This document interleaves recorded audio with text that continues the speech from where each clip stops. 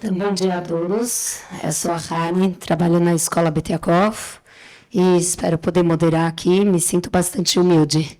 Então, vou começar, passando a minha palavra para os Rabanim. Doutor, quem começa?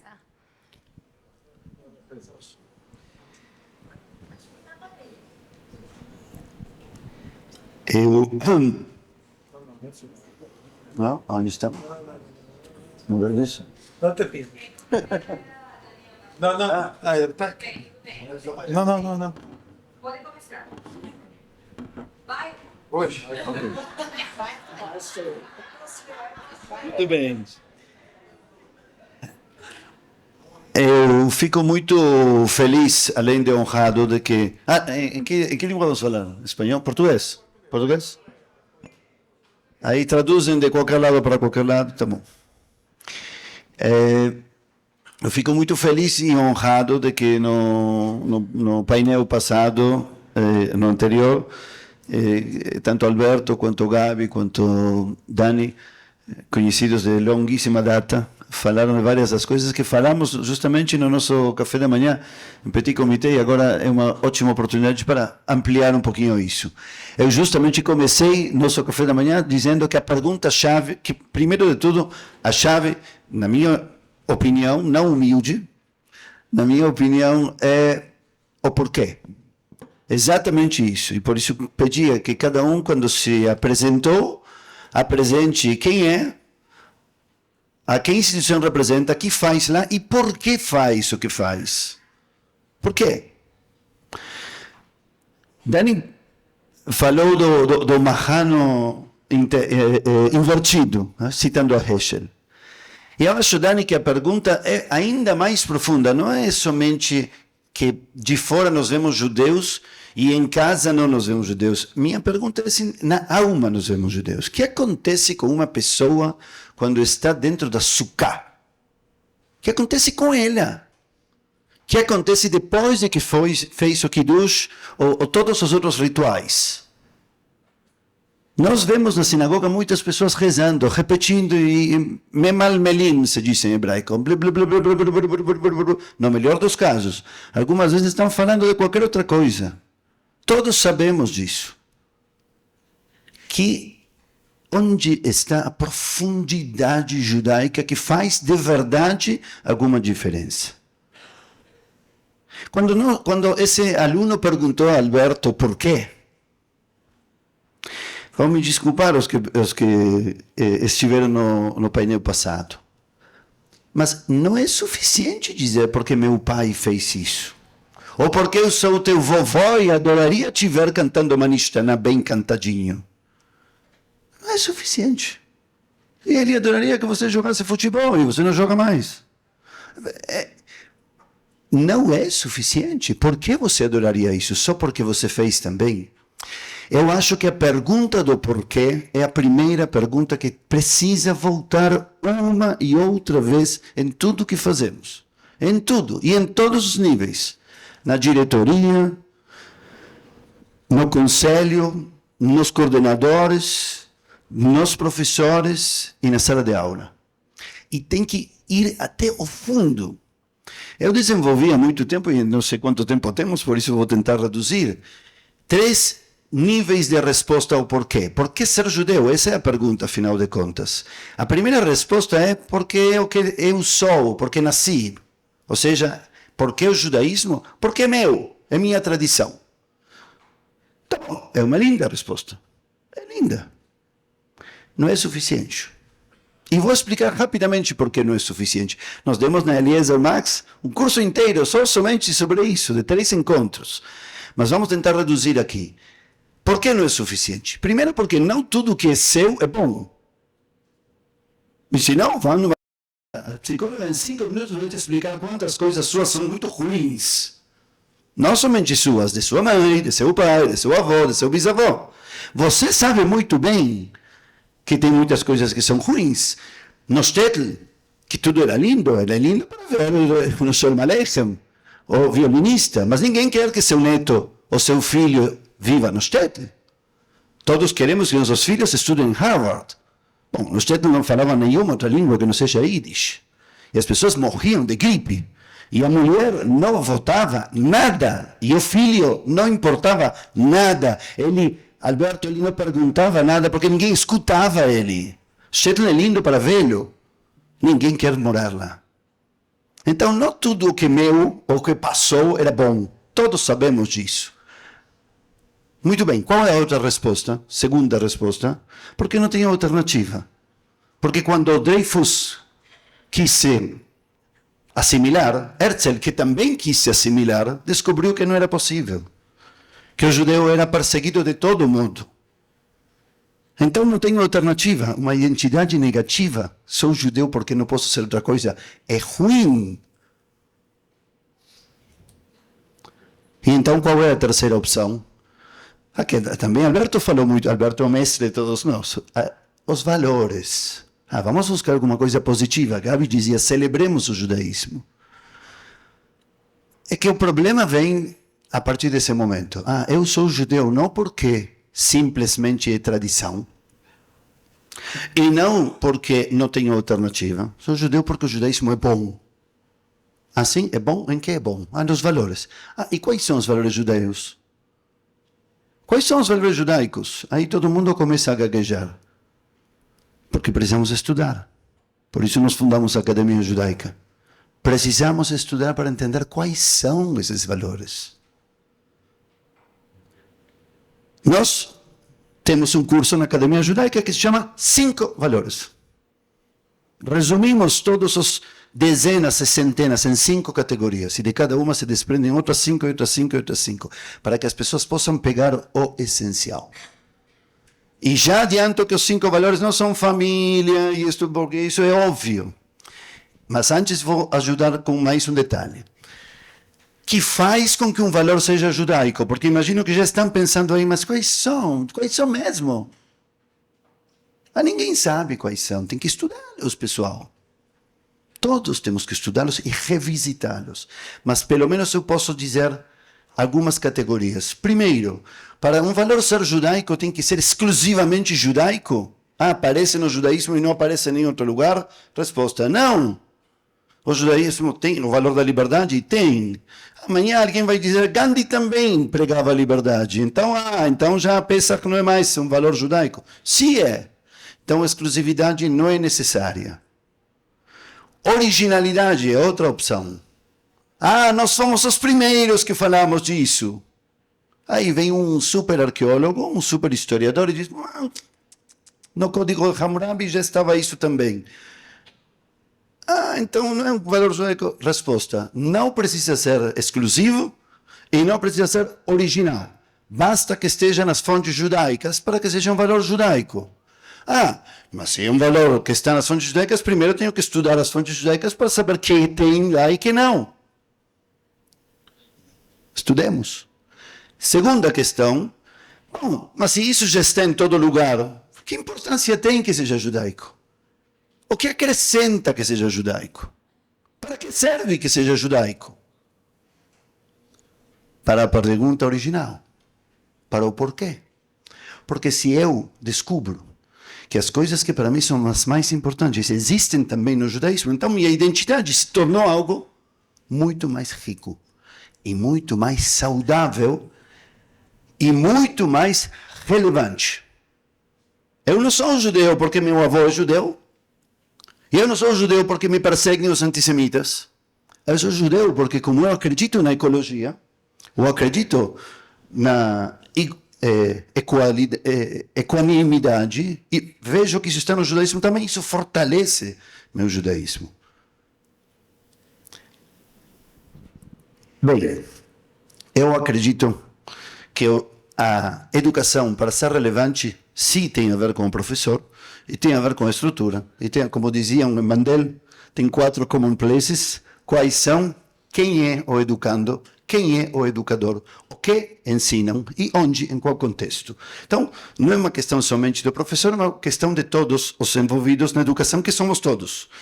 E a chave está nas perguntas que nós fazemos, com isso eu vou terminar. As perguntas que nós fazemos, para mim, a primeira de todas é essa. Por quê? Mas por quê? Dentro. Segunda pergunta que nós temos que nos fazer é que tínhamos escrito isso e resumido antes, é qual é a contribuição, para quê? Que ganho com isso? Com isso que vou ensinar. Que ganho eu? Que ganha o aluno. Terceiro é a aplicação prática. Como? Quando? Onde? Como é que se faz isso? Como é que isso se relaciona com a vida da pessoa? Não ensine a um aluno, tem que acender as velas de Hanukkah. Como? Somente como? De esquerda à direita, 8 dias, esse material, isso não vai levar longe. Como isso tem a ver com ele? Aqui vem o quarto ponto. Envolver o outro. Pergunte a ele o que faria ele se ele tivesse sido os macabeus. Ou se ele tivesse sido os gregos. Ou se ele tivesse sido os que se opunham aos macabeus. O que teria feito? Teria fugido? Teria brigado? Teria se escondido? Teria se assimilado? O que teria feito?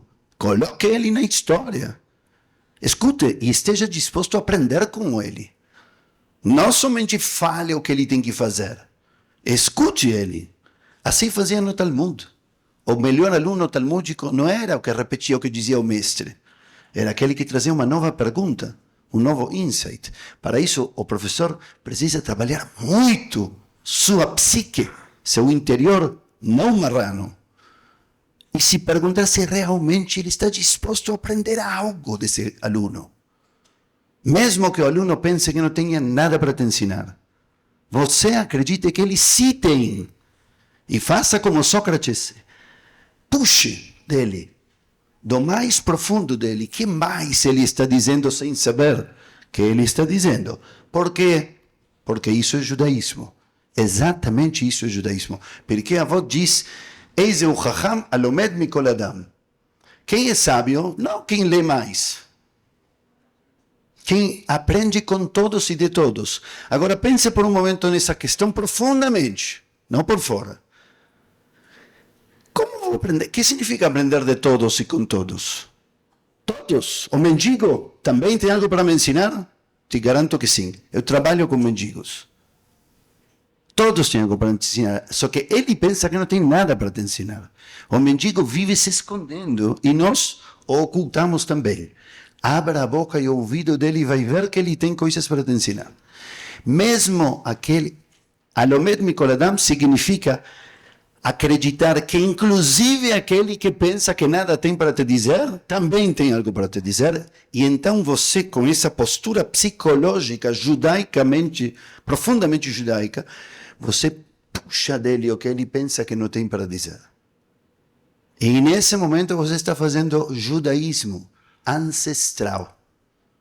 Não menos que quando come kasher, ou quando acende a vela de Hanukkah, ou quando faz o Kiddush. E estão falando com um judeu que come kasher, acende a vela de Hanukkah e faz o Kiddush. Mas o judaísmo não é só isso. E na hora que aprendamos isso, que formos muito dentro do indivíduo e em como o judaísmo o transforma, vamos conseguir fazer isso também com os que estão do lado.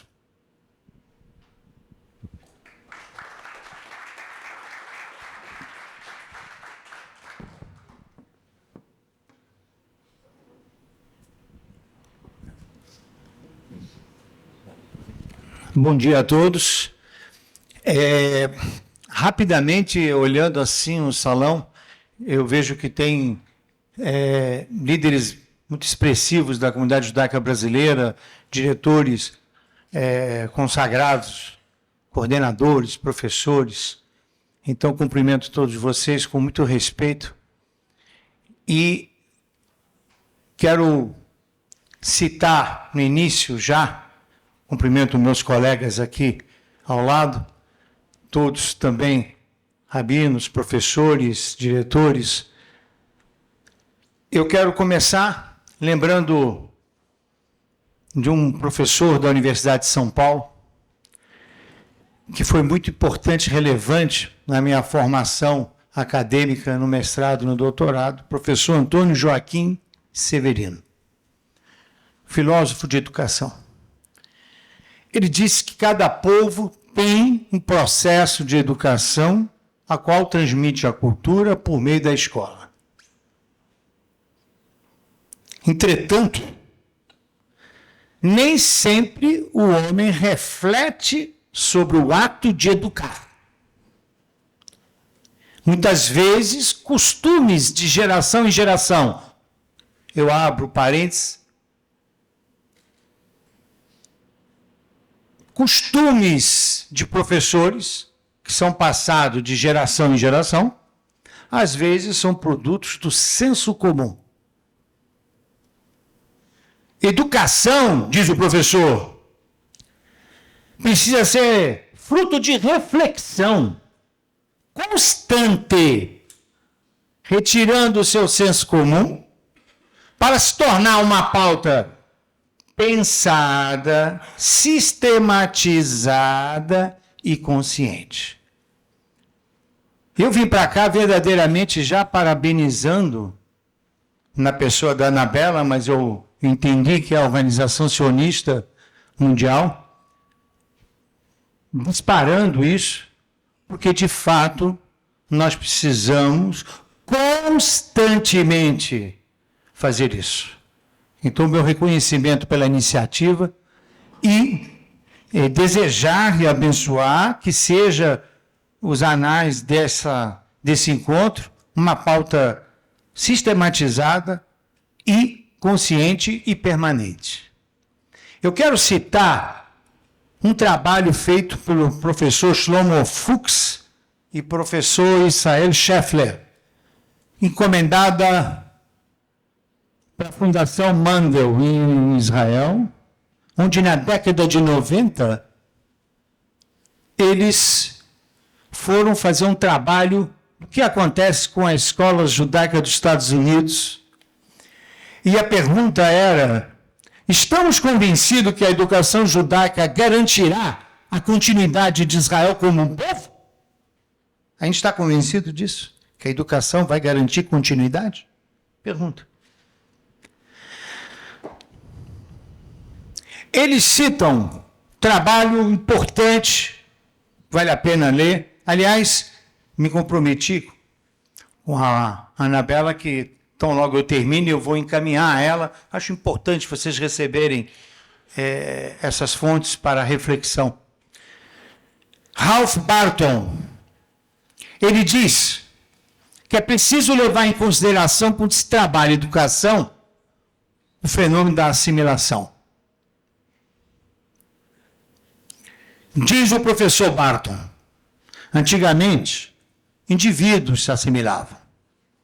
Depois, famílias inteiras. Hoje, instituições se assimilam. Então, na hora de fazer um trabalho de continuidade, precisamos ter esse senso crítico, esse amadurecimento e esta responsabilidade do olhar. Mas voltemos ao professor Fuchs e Scheffler. A continuidade judaica é um conceito que pressupõe vencer a assimilação. É um pressuposto. Continuidade com assimilação não deve ser o objetivo. Portanto, ao analisar ou ao avaliar educação judaica, é preciso que seja avaliado com responsabilidade se estamos vencendo a assimilação, quais conteúdos judaicos estão sendo ensinados, quais são os professores que estão na escola para essa tarefa. Isso é um trabalho acadêmico. Isso não é um trabalho religioso. Trabalho acadêmico. Eles concluíram lá nos Estados Unidos, na década de 90, podemos emprestar as conclusões, respeitando características brasileiras, que o exercício da cidadania americana e o sucesso da carreira estão sendo alcançados com o preço do enfraquecimento da identidade e dos valores judaicos. Vamos bater palmas, por um lado, pela inserção na cidadania americana, vamos bater palmas pelo sucesso da carreira, mas ficaremos silenciosos com relação aos valores e à identidade judaica.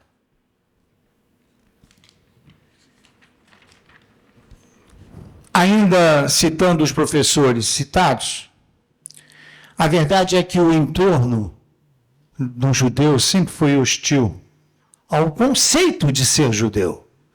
Hostil pode ser ao físico do judeu, hostil pode ser ao pensar do judeu.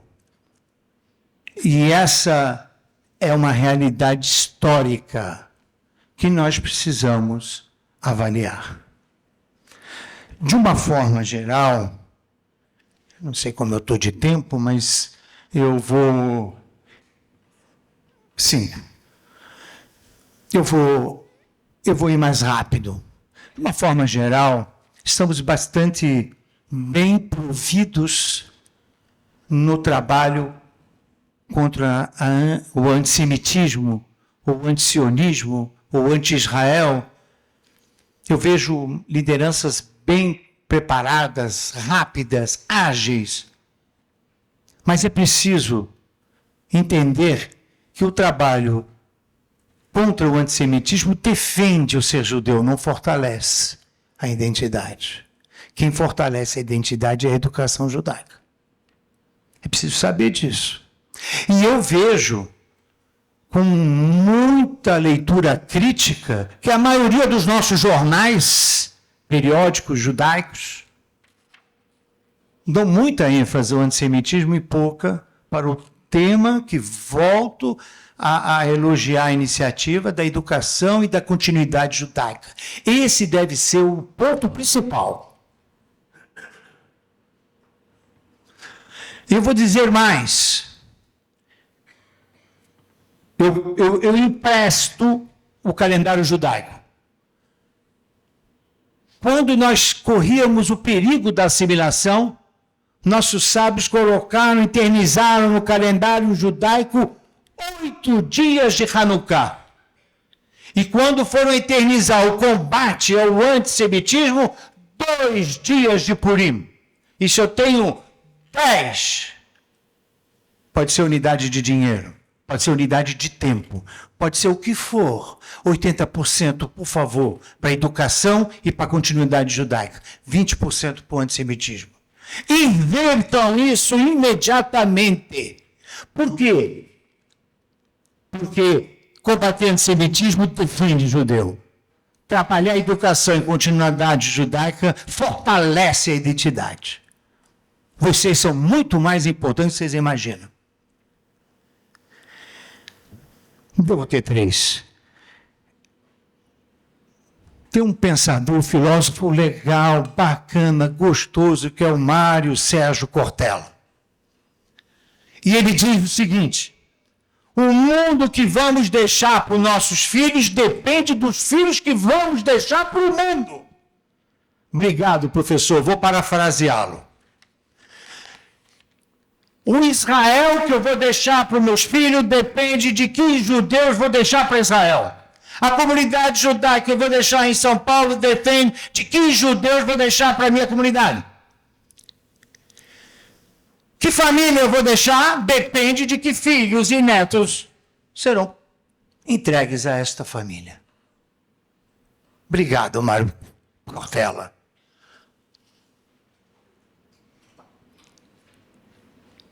Tikkun Olam é conceito.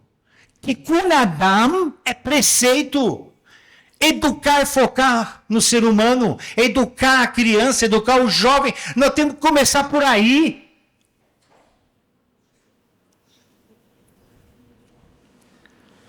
E olha, eu vou fazer agora um túnel do tempo, me permitem, devo ter 1 minuto e meio. Profeta Oséias, Oshea Hanavi, disse, capítulo 4, meu povo perece por falta de conhecimento. Maimônides, no século XII, não se ama o desconhecido. O judeu cardíaco que foi citado antes, não tem, se ele não conhece, ama o quê? ama o fantasma? Não se ama o desconhecido. O rabino italiano Moshe Chaim Luzzatto escreveu: não basta conhecimento judaico. Não basta conhecimento judaico. Eu pensei que isso já era o suficiente. Não, precisa de consciência judaica. Consciência judaica? Internalizar. Eu posso saber, mas não entender. Eu posso saber as leis do trânsito, mas se não internalizar a importância dessas leis do trânsito, não adiantou nada eu saber, eu conhecer. O Gaon Vilna trouxe para a história erudição judaica. Não basta conhecimento, consciência, precisa ser erudito. Cada família tem que ter uma biblioteca judaica. Que legal. Rabino Israel Salam diz, olha, não adianta só erudição, precisa ética e moral judaica no dia a dia. Uau! Não basta não, hein? Pensa que acabou? Não acabou. Rabino Avraham Kuk disse, olha, não basta ser judeu na sua comunidade. Você faz parte de uma identidade nacional. Você pertence a um povo. Você precisa trabalhar noções de nacionalismo judaico. Uau! Mas não acabei. Vocês acham que acabou? Não. Os rabinos do Hassidismo vieram no mundo e falaram, olha, você é a sua alma. Dá atenção para me chamar, dá atenção para a sua alma, porque afinal de contas, o teu corpo é roupa. O que vale é o seu ser, e o seu ser é a alma. Agora eu pergunto, eu vou perguntar. Eu agora, professora Hannah, devo estar devendo 2 minutos. Mas eu vou... Como educadores, não sabemos como esticar o tempo. Agradeço A psicóloga em 5 minutos vai te explicar quantas coisas suas são muito ruins. Não somente suas, de sua mãe, de seu pai, de seu avô, de seu bisavô. Você sabe muito bem que tem muitas coisas que são ruins. No Shtetl, que tudo era lindo para ver o Sholem Aleichem, o violinista, mas ninguém quer que seu neto ou seu filho viva no Shtetl. Todos queremos que nossos filhos estudem em Harvard. Bom, no Shtetl não falavam nenhuma outra língua que não seja Yiddish. E as pessoas morriam de gripe. E a mulher não votava nada. E o filho não importava nada. Alberto, ele não perguntava nada porque ninguém escutava ele. Shtetl é lindo para velho.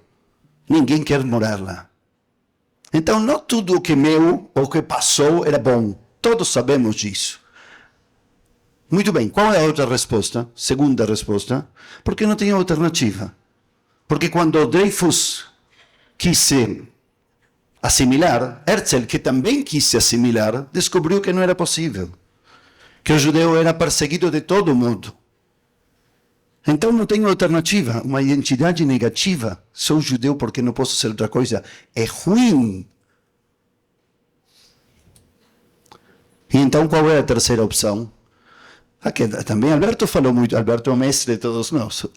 Os valores. Vamos buscar alguma coisa positiva. Gabi dizia, celebremos o judaísmo. É que o problema vem a partir desse momento. Eu sou judeu não porque simplesmente é tradição. E não porque não tenho alternativa. Sou judeu porque o judaísmo é bom. Assim, é bom? Em que é bom? Nos valores. E quais são os valores judaicos? Quais são os valores judaicos? Aí todo mundo começa a gaguejar. Porque precisamos estudar. Por isso nós fundamos a Academia Judaica. Precisamos estudar para entender quais são esses valores. Nós temos um curso na Academia Judaica que se chama 5 Valores. Resumimos todos os dezenas e centenas em 5 categorias. E de cada uma se desprendem outras 5, outras 5, outras 5. Para que as pessoas possam pegar o essencial. E já adianto que os 5 valores não são família, porque isso é óbvio. Mas antes vou ajudar com mais um detalhe. que faz com que um valor seja judaico? Porque imagino que já estão pensando aí, mas quais são? Quais são mesmo? Mas ninguém sabe quais são, tem que estudá-los, pessoal. Todos temos que estudá-los e revisitá-los. Mas pelo menos eu posso dizer algumas categorias. Primeiro, para um valor ser judaico, tem que ser exclusivamente judaico? Aparece no judaísmo e não aparece em nenhum outro lugar? Resposta, não. O judaísmo tem o valor da liberdade? Tem. Amanhã alguém vai dizer, Gandhi também pregava a liberdade. Então já Pesach não é mais um valor judaico. Sim é. Então a exclusividade não é necessária. Originalidade é outra opção. Nós fomos os primeiros que falamos disso. Aí vem um super arqueólogo, um super historiador e diz, no Código de Hammurabi já estava isso também. Então não é um valor judaico? Resposta, não precisa ser exclusivo e não precisa ser original. Basta que esteja nas fontes judaicas para que seja um valor judaico. Mas se é um valor que está nas fontes judaicas, primeiro eu tenho que estudar as fontes judaicas para saber que tem lá e que não. Estudemos. Segunda questão, mas se isso já está em todo lugar, que importância tem que seja judaico? O que acrescenta que seja judaico? Para que serve que seja judaico? Para a pergunta original. Para o porquê. Porque se eu descubro que as coisas que para mim são as mais importantes existem também no judaísmo, então minha identidade se tornou algo muito mais rico e muito mais saudável e muito mais relevante. Eu não sou judeu porque meu avô é judeu. Eu não sou judeu porque me perseguem os antissemitas. Eu sou judeu porque, como eu acredito na ecologia, eu acredito na equanimidade, e vejo que isso está no judaísmo também, isso fortalece meu judaísmo. Bem, eu acredito que a educação, para ser relevante, sim tem a ver com o professor, e tem a ver com a estrutura. E tem, como diziam Mandel, tem 4 common places. Quais são? Quem é o educando? Quem é o educador? O que ensinam? E onde? Em qual contexto? Então, não é uma questão somente do professor, é uma questão de todos os envolvidos na educação, que somos todos. E a chave está nas perguntas que nos fazemos, com isso vou terminar. As perguntas que nos fazemos, para mim, a primeira de todas é essa. Por quê? Mas por quê? Dentro. Segunda pergunta que nós temos que nos fazer é, que tínhamos escrito isso e resumido antes, é qual é a contribuição, para quê? Que ganho com isso? Com isso que vou ensinar. Que ganho eu? Que ganha o aluno? Terceiro, a aplicação prática. Como? Quando? Onde? Como é que se faz isso? Como é que isso se relaciona com a vida da pessoa? Não ensine a um aluno, tem que acender as velas de Hanukkah. Como? Somente como?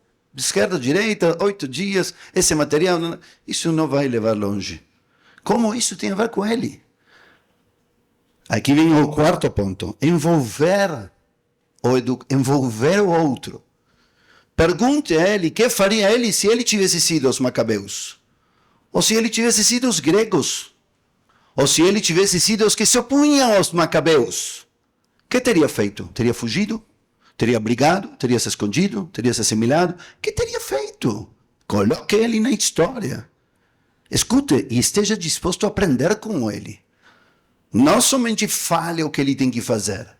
Escute ele. Assim fazia no Talmud. O melhor aluno talmúdico não era o que repetia o que dizia o mestre. Era aquele que trazia uma nova pergunta, um novo insight. Para isso, o professor precisa trabalhar muito sua psique, seu interior não marrano. E se perguntar se realmente ele está disposto a aprender algo desse aluno. Mesmo que o aluno pense que não tenha nada para te ensinar. Você acredite que ele sim tem. E faça como Sócrates. Puxe dele, do mais profundo dele, que mais ele está dizendo sem saber que ele está dizendo. Por quê? Porque isso é judaísmo. Exatamente isso é judaísmo. Porque a avó diz, eis o chacham alomed mikol adam. Quem é sábio? Não quem lê mais. Quem aprende com todos e de todos. Agora pense por um momento nessa questão profundamente, não por fora. Como vou aprender? O que significa aprender de todos e com todos? Todos. O mendigo também tem algo para me ensinar? Te garanto que sim. Eu trabalho com mendigos. Todos têm algo para te ensinar. Só que ele pensa que não tem nada para te ensinar. O mendigo vive se escondendo e nós o ocultamos também. Abra a boca e o ouvido dele e vai ver que ele tem coisas para te ensinar. Mesmo aquele Alomet Mikol Adam significa acreditar que inclusive aquele que pensa que nada tem para te dizer, também tem algo para te dizer. E então você, com essa postura psicológica, judaicamente, profundamente judaica, você puxa dele o que ele pensa que não tem para dizer. E nesse momento você está fazendo judaísmo ancestral. Não menos que quando come kasher, ou quando acende a vela de Hanukkah, ou quando faz o Kiddush. E estamos falando com um judeu que come kasher, acende a vela de Hanukkah e faz o Kiddush. Mas o judaísmo não é só isso. E na hora que aprendamos isso, que formos muito dentro do indivíduo, e em como o judaísmo o transforma, vamos conseguir fazer isso também com os que estão do lado.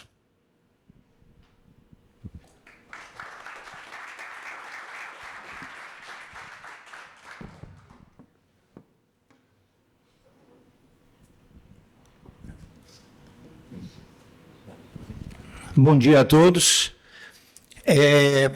Rapidamente, olhando assim o salão, eu vejo que tem líderes muito expressivos da comunidade judaica brasileira, diretores consagrados, coordenadores, professores. Então, cumprimento todos vocês com muito respeito. E quero citar no início já, cumprimento meus colegas aqui ao lado, todos também rabinos, professores, diretores. Eu quero começar lembrando de um professor da Universidade de São Paulo, que foi muito importante, relevante na minha formação acadêmica, no mestrado, no doutorado, professor Antônio Joaquim Severino, filósofo de educação. Ele disse que cada povo tem um processo de educação a qual transmite a cultura por meio da escola. Entretanto, nem sempre o homem reflete sobre o ato de educar. Muitas vezes, costumes de geração em geração. Eu abro parênteses. Costumes de professores, que são passados de geração em geração, às vezes são produtos do senso comum. Educação, diz o professor, precisa ser fruto de reflexão constante, retirando o seu senso comum, para se tornar uma pauta pensada, sistematizada e consciente. Eu vim para cá verdadeiramente já parabenizando na pessoa da Anabela, mas eu entendi que a Organização Sionista Mundial, disparando isso, porque de fato nós precisamos constantemente fazer isso. Então, meu reconhecimento pela iniciativa e desejar e abençoar que seja os anais desse encontro uma pauta sistematizada e consciente e permanente. Eu quero citar um trabalho feito pelo professor Shlomo Fuchs e professor Israel Scheffler, encomendada para a Fundação Mandel em Israel, onde na década de 90 eles foram fazer um trabalho do que acontece com a escola judaica dos Estados Unidos. E a pergunta era, Estamos convencidos que a educação judaica garantirá a continuidade de Israel como um povo? A gente está convencido disso? Que a educação vai garantir continuidade? Pergunta. Eles citam trabalho importante, vale a pena ler. Aliás, me comprometi com a Anabela que tão logo eu termine, eu vou encaminhar a ela. Acho importante vocês receberem essas fontes para reflexão. Ralph Barton, ele diz que é preciso levar em consideração, quando se trabalha em educação, o fenômeno da assimilação. Diz o professor Barton, antigamente, indivíduos se assimilavam. Depois, famílias inteiras. Hoje, instituições se assimilam. Então, na hora de fazer um trabalho de continuidade, precisamos ter esse senso crítico, esse amadurecimento e esta responsabilidade do olhar. Mas voltemos ao professor Fuchs e Scheffler. A continuidade judaica é um conceito que pressupõe vencer a assimilação. É um pressuposto. Continuidade com assimilação não deve ser o objetivo. Portanto, ao analisar ou ao avaliar educação judaica, é preciso que seja avaliado com responsabilidade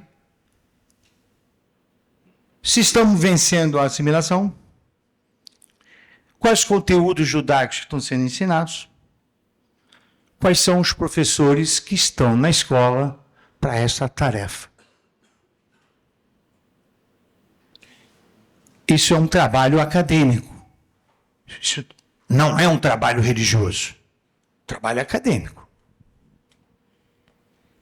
Eles concluíram lá nos Estados Unidos, na década de 90, podemos emprestar as conclusões, respeitando características brasileiras, que o exercício da cidadania americana e o sucesso da carreira estão sendo alcançados com o preço do enfraquecimento da identidade e dos valores judaicos.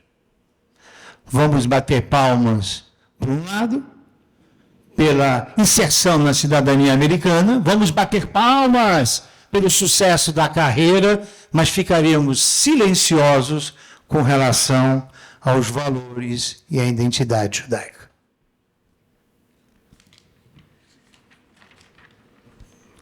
Ainda citando os professores citados, a verdade é que o entorno do judeu sempre foi hostil ao conceito de ser judeu.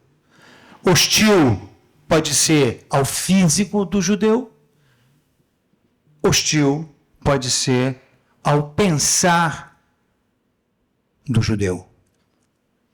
E essa é uma realidade histórica que nós precisamos avaliar. De uma forma geral, não sei como eu estou de tempo, mas eu vou... Sim. Eu vou ir mais rápido. De uma forma geral, estamos bastante bem providos no trabalho contra o antissemitismo, o antisionismo, o anti-Israel. Eu vejo lideranças bem preparadas, rápidas, ágeis. Mas é preciso entender que o trabalho contra o antissemitismo defende o ser judeu, não fortalece a identidade. Quem fortalece a identidade é a educação judaica. É preciso saber disso. E eu vejo, com muita leitura crítica, que a maioria dos nossos jornais, periódicos judaicos, dão muita ênfase ao antissemitismo e pouca para o tema que volto a elogiar a iniciativa da educação e da continuidade judaica. Esse deve ser o ponto principal. Eu vou dizer mais. Eu empresto o calendário judaico. Quando nós corríamos o perigo da assimilação, nossos sábios colocaram, eternizaram no calendário judaico 8 dias de Hanukkah. E quando foram eternizar o combate ao antissemitismo, 2 dias de Purim. E se eu tenho 10, pode ser unidade de dinheiro, pode ser unidade de tempo, pode ser o que for, 80%, por favor, para a educação e para a continuidade judaica, 20% para o antissemitismo. Invertam isso imediatamente. Por quê? Porque combater antissemitismo defende judeu. Trabalhar a educação e continuidade judaica fortalece a identidade. Vocês são muito mais importantes do que vocês imaginam. Vou ter 3.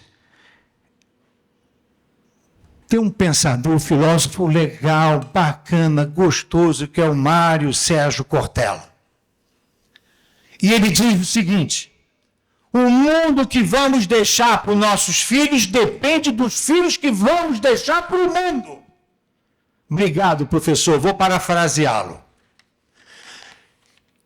O Israel que eu vou deixar para os meus filhos depende de que judeus vou deixar para Israel. A comunidade judaica que eu vou deixar em São Paulo depende de que judeus vou deixar para a minha comunidade. Que família eu vou deixar depende de que filhos e netos serão entregues a esta família.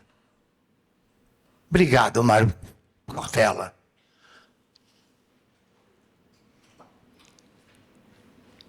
Tikkun Olam é conceito. Tikkun Adam é preceito. Educar é focar no ser humano. Educar a criança, educar o jovem. Nós temos que começar por aí.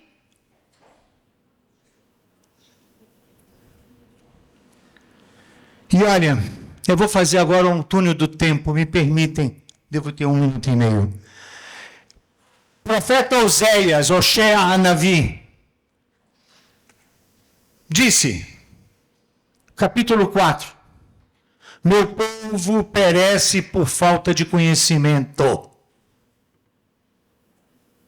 Maimônides, no século XII, não se ama o desconhecido. O judeu cardíaco que foi citado antes, não tem, se ele não conhece, ama o quê? Ama o fantasma? Não se ama o desconhecido. O rabino italiano Moshe Chaim Luzzatto escreveu, não basta conhecimento judaico.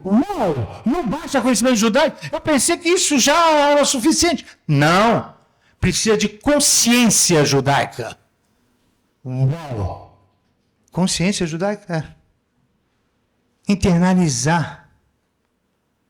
Eu posso saber, mas não entendo. Eu posso saber as leis do trânsito, mas se não internalizar a importância dessas leis do trânsito, não adiantou nada eu saber, eu conhecer.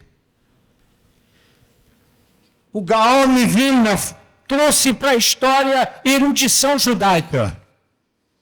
Não basta conhecimento, consciência, precisa ser erudito. Cada família tem que ter uma biblioteca judaica. Que legal. Rabino Israel Salam diz, olha, não adianta só erudição, precisa ética e moral judaica no dia a dia. Uau! Não basta não, hein? Pensa que acabou? Não acabou. Rabino Avraham Kuk disse, olha, não basta ser judeu na sua comunidade. Você faz parte de uma identidade nacional. Você pertence ao povo. Você precisa trabalhar noções de nacionalismo judaico. Uau! Mas não acabei. Vocês acham que acabou? Não. Os rabinos do Hassidismo vieram no mundo e falaram, olha, você é a sua alma. Dá atenção para me chamar, dá atenção para a sua alma, porque afinal de contas, o teu corpo é roupa. O que vale é o seu ser, e o seu ser é a alma. Agora eu pergunto. Eu vou perguntar. Eu agora, professora Hannah, devo estar devendo 2 minutos. Mas eu vou... Como educadores, não sabemos como esticar o tempo. Agradeço a compreensão.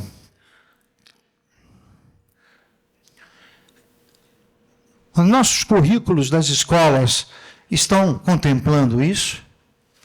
Nossos professores sabem lidar com isso? Sabe por que eu estou perguntando isso? Primeiro, porque eu trabalhei muitos anos em escola. Temos que trabalhar isso.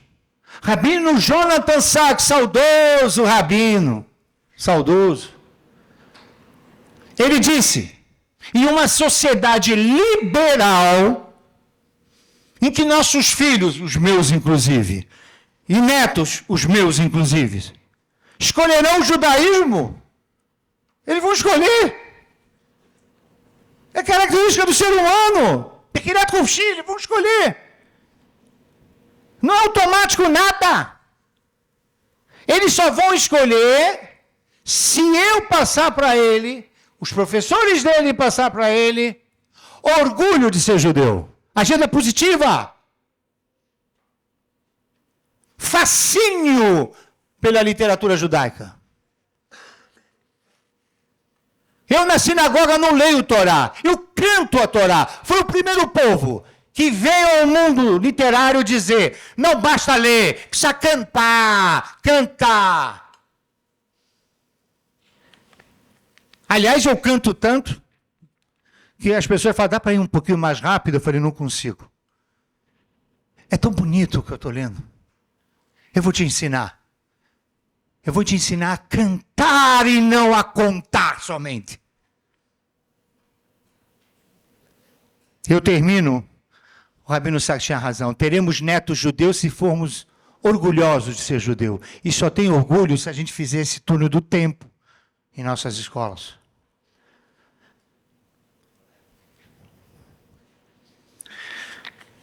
Não, eu vou respeitar que eu já passei 2 minutos. Tá? Muito obrigado aí pela atenção. Desculpa.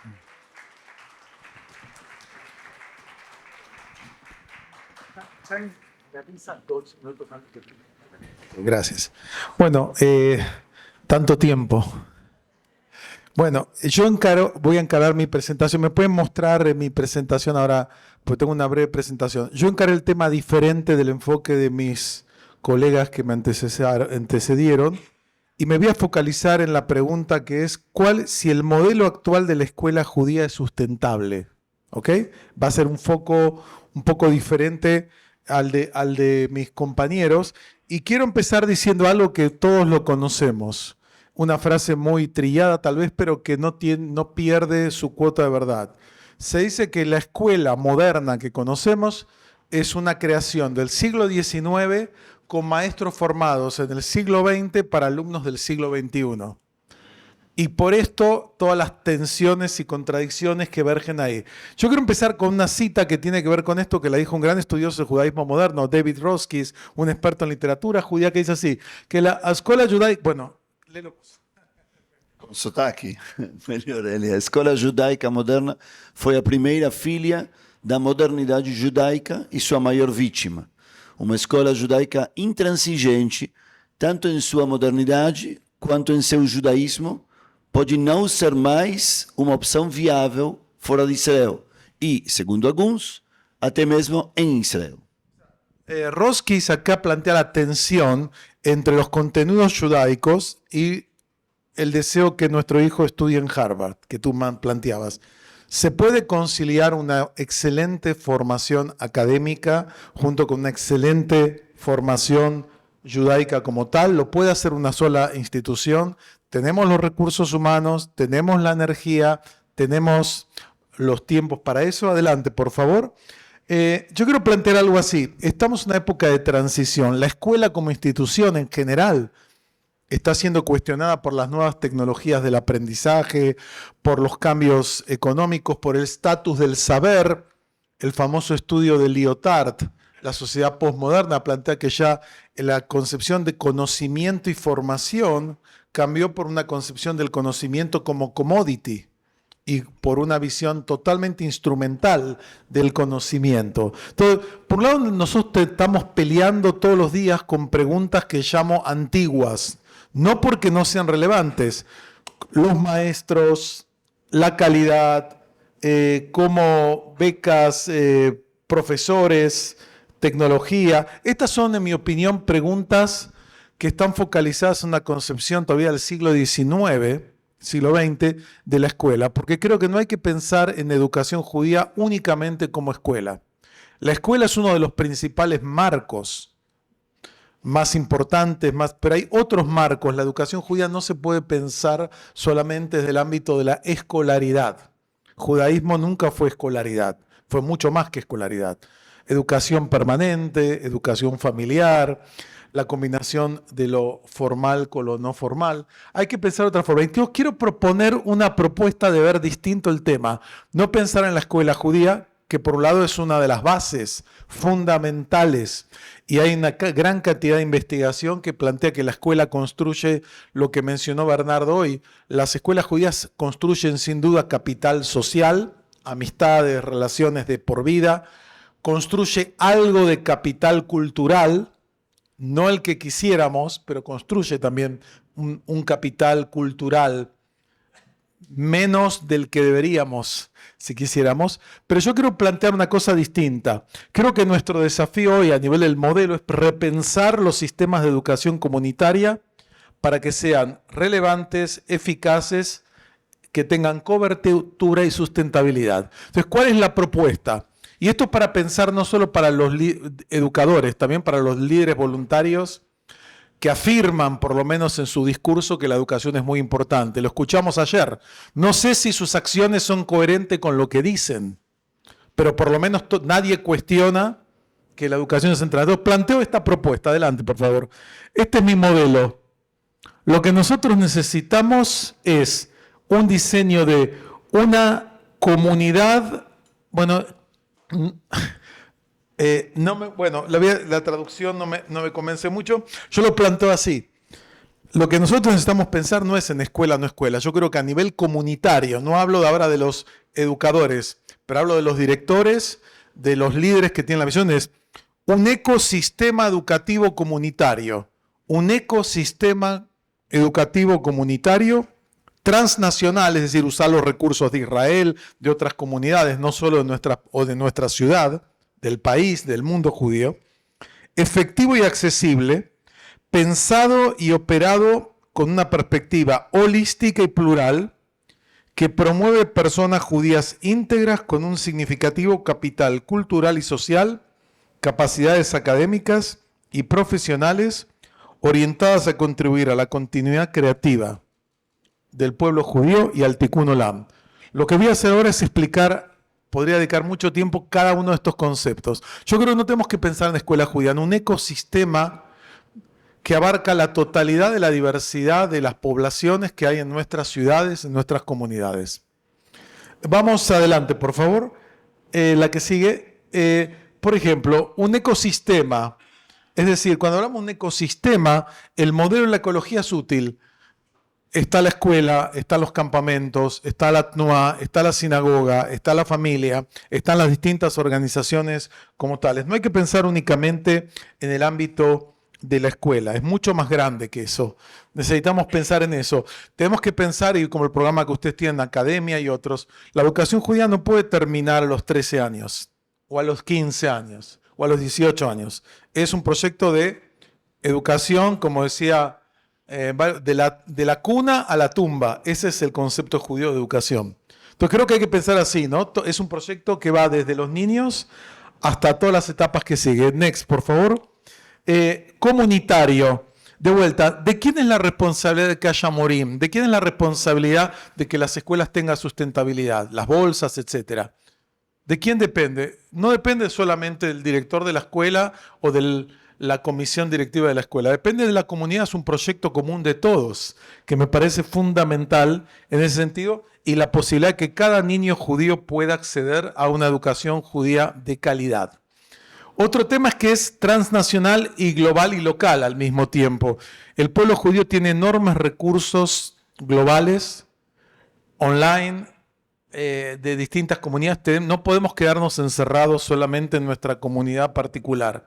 Podemos aprender de programas que se desarrollan en Israel, en Estados Unidos, en México, en Brasil, en cada lugar tenemos que usar los recursos. A veces nos encerramos en un mundo global y no usamos la enorme cantidad de recursos que hay. ¿No? O sea, la educación judía, como ven, no solo niños estudiando, es adultos disfrutando de textos, de festivales de cine judío, festivales de teatro judío, de museos, de todo lo que tiene que ver con la formación adelante, porque la educación transcurre en muchos espacios. Efectiva. ¿Qué hay que decir efectiva? ¿Estamos usando adecuadamente los recursos? Porque las escuelas judías, yo entiendo que hay un currículum oficial en la parte, digamos, de estudios nacionales de Brasil o de Argentina. Pero ¿quién dijo cómo hay que estructurar los estudios judaicos? Hay absoluta libertad. Y muchas veces por rutina imitamos la estructura curricular de los estudios generales y no sirve para nada. Porque, por ejemplo, alguien dijo una vez un desafío.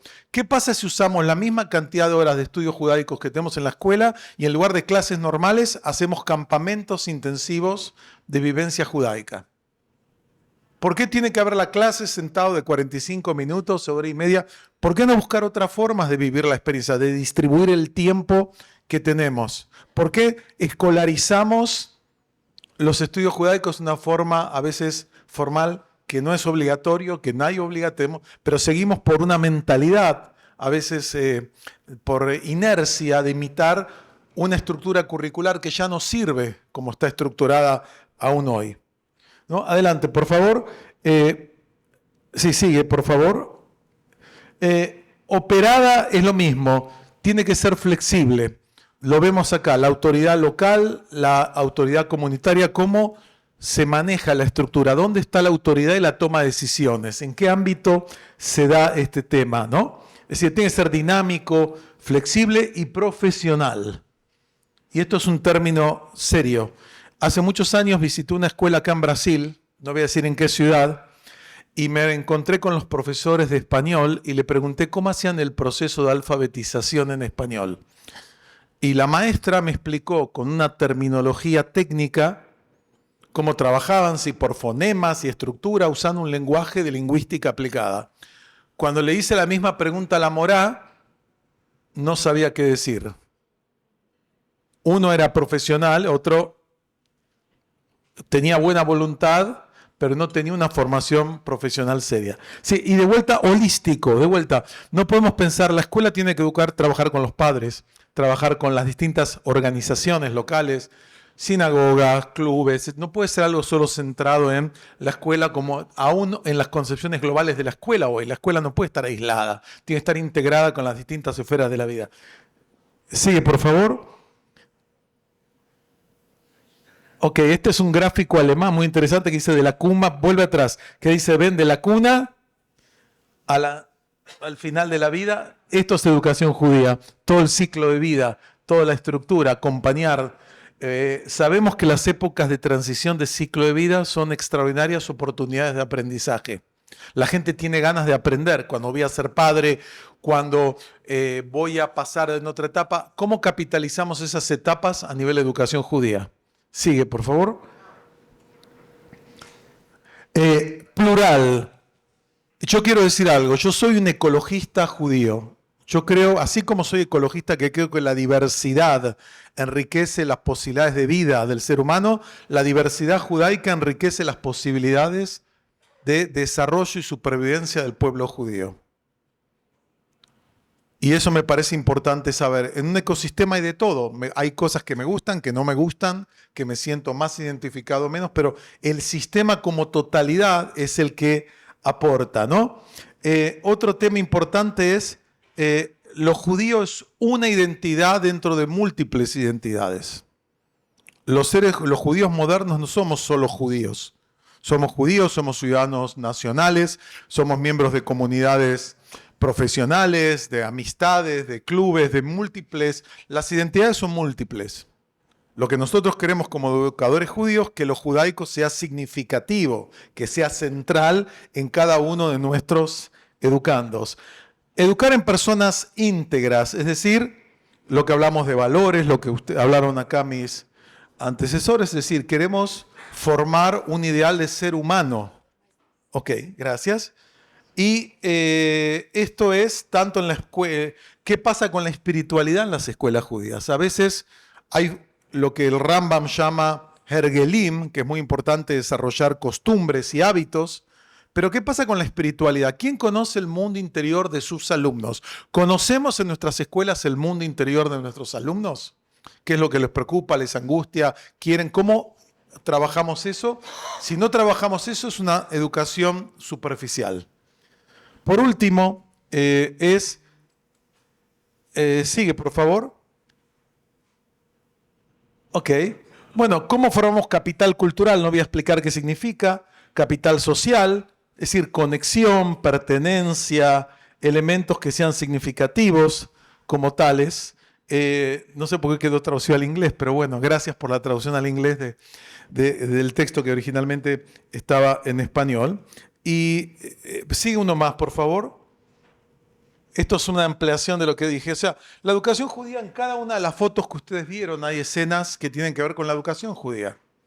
El ámbito escolar, el ámbito no formal, el ámbito de la música, de la creación artística, de los libros, de los rituales. Educación judía es una cuestión global. Entonces, en mi opinión, creo que aún los que somos líderes de escuelas no tenemos que pensar solo en escuelas, tenemos que pensar en un ecosistema educativo global. Y eso cambia la visión, porque bueno, entre 0 y 18 años tengo la escuela judía. ¿Y después qué tengo?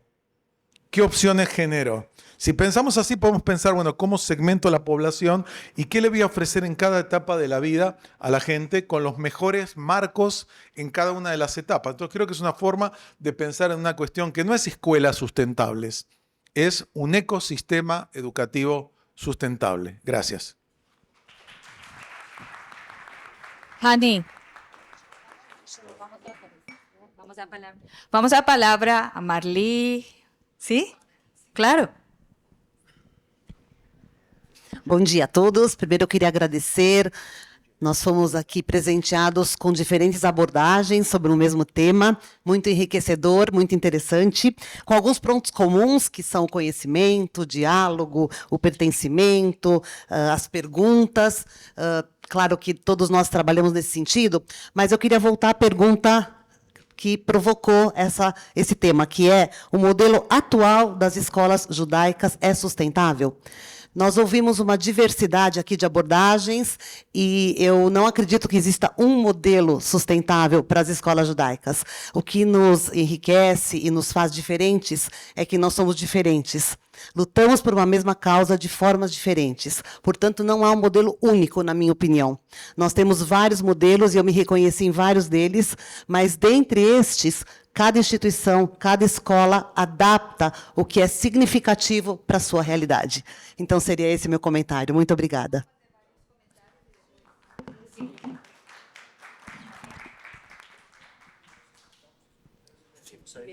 Obrigado.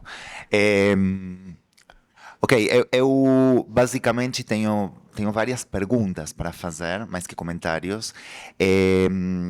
A primeira pergunta é uma fala que fez o Rabino Sami Pinto, que ficou na minha cabeça, que foi o conceito, eu sei que tem a ver com uma pesquisa feita, o conceito de instituições assimiladas.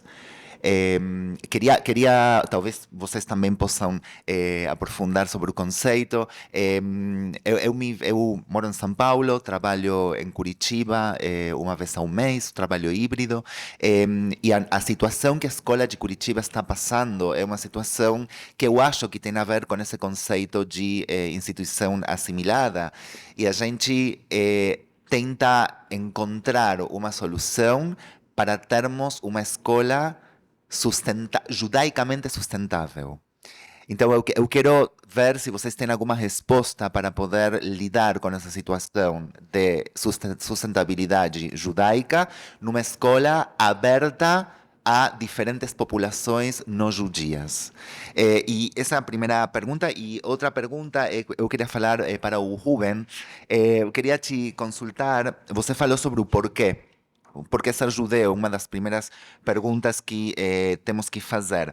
E sumando também o que a Marli falou, a minha pergunta é por que é relevante o conteúdo judaico na educação atual, que foi o que ficou um pouco aí e que tem a ver com essa ponência, justamente a educação atual e o porquê do conteúdo judaico. Vocês querem responder? E vamos na próxima. Querem mais perguntas? Tem mais. Mas que já que já são vários assuntos diversos. Depois vamos perder no caminho. Bom. Quer dizer, podemos ser elegantes e dizemos, recolhemos todas as 50 perguntas e aí respondemos 3 linhas e mas... Só que vamos tentar fazer bem breve para ter mais oportunidade. Só digam vocês. Então vamos, eu acho que o importante é o pessoal poder participar, né? Sim, claro. Só nos digam qual é o tempo. Bom dia, gente. Eu sou Silvia, do Eliezer Max do Rio de Janeiro, e também concordo com a Marli, né, que a gente ouviu aí uma diversidade de opiniões, pontos em comum, outros não, e entendo também, logicamente, que a educação judaica é muito mais do que apenas escolas, mas um comentário eu achei bem interessante, que para trazer o tema do impasse, do desafio nas escolas, não tem ninguém representando nenhuma escola na mesa, com todo respeito a essa luxuosa mesa que está aqui. E falou na mesa anterior, a gente falou sobre a integração, sobre a diversidade, etc. Uma coisa que eu queria perguntar, e também relacionada ao porquê, ao nosso interior, ao que a gente quer trazer para a educação, como é possível a gente manter uma educação judaica trazendo identidade ou identidades judaicas, que aqui a gente está, né, presenciando aqui uma diversidade bem grande de escolas, de representantes, mantendo a nossa visão, a nossa linha, sem se render ao mercado e ainda assim trazer uma excelência e com um propósito fiel ao que a gente propõe. Marcelo está por aqui? Bom dia. Eu sou o último. Eu queria... eu sou Marcelo, da Escola Aleph Peretz, aqui de São Paulo. Há um dado de que nós somos no mundo por volta de 15 milhões de judeus. Mas quem tem direito à lei do retorno pelo Estado de Israel seriam por volta de 25 milhões de judeus. Não é. É política. Pensamento político judaico. É alteridade. Um minuto, preciso 30 segundos só. Não, me está sobrando. Obrigado. Não, mas não vou precisar mais. Já estou no final. O programa, então, fala ao mesmo tempo com os 3, cada um de seu jeito. Não é igual, obviamente, a conversa estratégica com os coordenadores e os diretores, do que com os professores, do que com os pais. Mas toda a escola está falando da mesma coisa, cada um a seu ritmo, aos seus horários, nos seus dias específicos. Falamos de autoridade, falamos de ciência, falamos de política, falamos dos porquês, com cada um de cada jeito específico dessa comunidade e dessa particularidade. Muito bem, eu convido a todas e todos, eu vou correr agora para poder celebrar integradamente com um casal. Seu casamento eu voltarei à noite. Mas está aqui Mário Fleck, levanta a mão, Mário, e lá Kelita, são os representantes da academia. Quem quiser se relacionar conosco, nós estaremos felizes, honrados, e nós poderemos crescer se pudermos aprender de vocês como ajudar a que a tarefa de vocês seja ainda mais sustentável e mais relevante do que já é.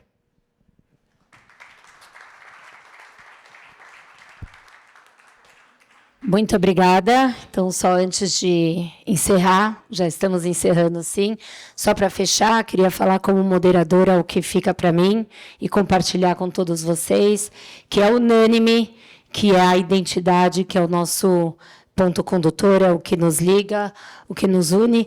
Tem uma historinha conhecida do Albert Einstein, que ele pegou uma vez um trem, e no trem ele comprou o ticket, o ingresso para o trem, e no meio da viagem o condutor veio recolher todos os ingressos, e obviamente que ele, todo embananado do jeito que ele era, não conseguiu encontrar. E começa a procurar no bolso, no outro bolso, na mochila, na mala, e nesse meio tempo ele é reconhecido pelo condutor, e o condutor fala: Mr. Einstein, eu sei que você pagou, está tudo bem. E vai recolher dos demais, mas ele estava muito incomodado e continuou procurando dele.